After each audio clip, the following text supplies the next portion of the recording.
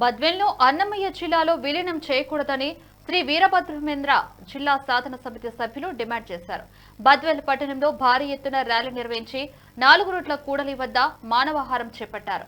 ఈ సందర్భంగా సాధన సమితి సభ్యులు మాట్లాడుతూ బద్వేల్ నియోజకవర్గం కడప జిల్లాలోనే పునరుద్ధరించాలని, లేని పక్షంలో శ్రీ వీరబ్రహ్మేంద్ర జిల్లా కొనసాగించాలన్నారు.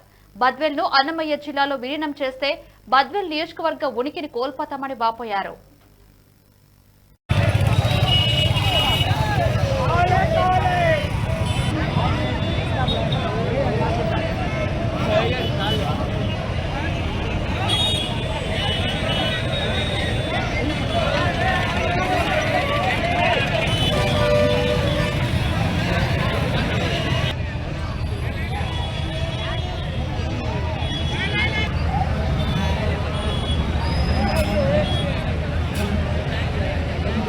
ఇబ్బంది పడతామో మనం కూడా ఆలోచించాలా.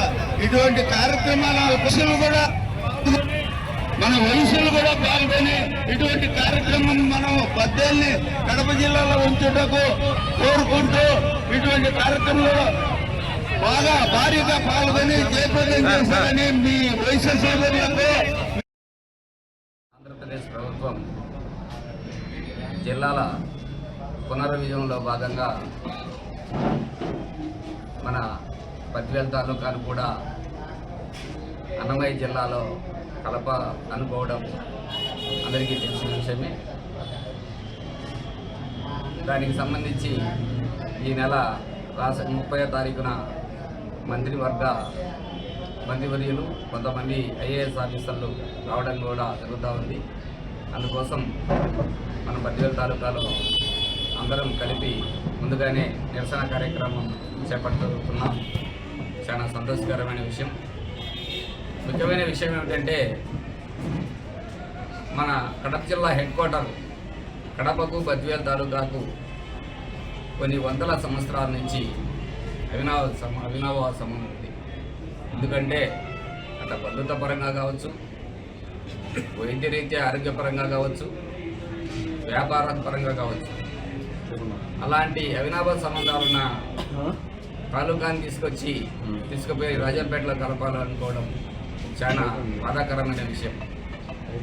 ఎందుకంటే ఈ రెవెన్యూ పరంగా కొన్ని సంవత్సరాల నుంచి చాలా ఇబ్బందులు పడుతున్నాం. అట్లాంటిది మన మాజీ ముఖ్యమంత్రి వర్యులు వైఎస్ జగన్మోహన్ రెడ్డి గారు రెవెన్యూ డివిజన్ని తీసుకొచ్చి బద్వేల్లో పెట్టడం జరిగింది. అంతలోనే కూలిగే నక్క మీద తాటికాయ పడినట్టు ఏకంగా ప్రస్తుత ప్రభుత్వం జిల్లా హెడ్ క్వార్టర్ని తీసుకుపోయి రాజంపేటలో పెట్టాలనుకోవడం చాలా శోచనీయం, చాలా బాధాకరమైన విషయం.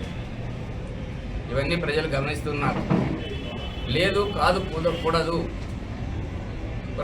పునర్విభజనలో భాగంగా తాలూకాలు అకామిడేట్ కాలేదు అని అనుకుంటే, అలాంటి పరిస్థితుల్లో బద్వేల్ తాలూకాను మన కలియుగ దైవం పోతులూరు వీరబ్రహ్మేంద్ర స్వామి వారు ఉన్నటువంటి ప్రాంతం, పర్యాటక ప్రాంతం. ఆ దేవుని మీద, ఆ పేరు మీద వీరబ్రహ్మేంద్ర స్వామి జిల్లాగా నామకరణం చేసి బద్వేల్ తాలూకాను చేయగలిగితే, మౌలికంగా కూడా చూస్తే ఇటు నెల్లూరు బార్డరు, ఇటు ఒంగోలు బార్డరు, తర్వాత రెవెన్యూ డివిజన్ ప్రకారం చూసుకుంటే జమ్మలమడుగు కూడా సెంటర్ పాయింట్ అయ్యే ప్రాంతం బద్వేల్. అప్పుడు ఆత్మకూరును ఒకటి, ఉదయగిరిని ఒకటి, రెవెన్యూ డివిజన్ జమ్మలమడుగును ఒకటి చేసుకొని ప్రొద్దుటూరు ప్రాంతాన్ని కలుపుకొని బద్వేల్ హెడ్ క్వార్టర్గా చేయగలిగితే చాలా బాగుంటుంది. ఇవన్నీ ప్రజలు కూడా హర్షిస్తారు. కాబట్టి ఏదైనా గత ప్రభుత్వాలు ఒక మంచి పని చేస్తే రెండో పెద్ద పని చేస్తే ఎప్పుడు కూడా చేసిన పనిని కొనియాడతారు. కాబట్టి బద్వేల్ ప్రాంతంలో అసలు బ్రహ్మంగారిది యాత్రాస్థలం, ఒక పెద్ద రిజర్వాయరు, కాశీనాయన ఉన్నటువంటి ప్రాంతం, మొల్ల నివసించినట్టు ప్రాంతం. అందులో కూడా కాలజ్ఞానంలో బ్రహ్మంగారు కూడా చెప్పారు బద్వేలు బస్తీ అవుతుందని కూడా.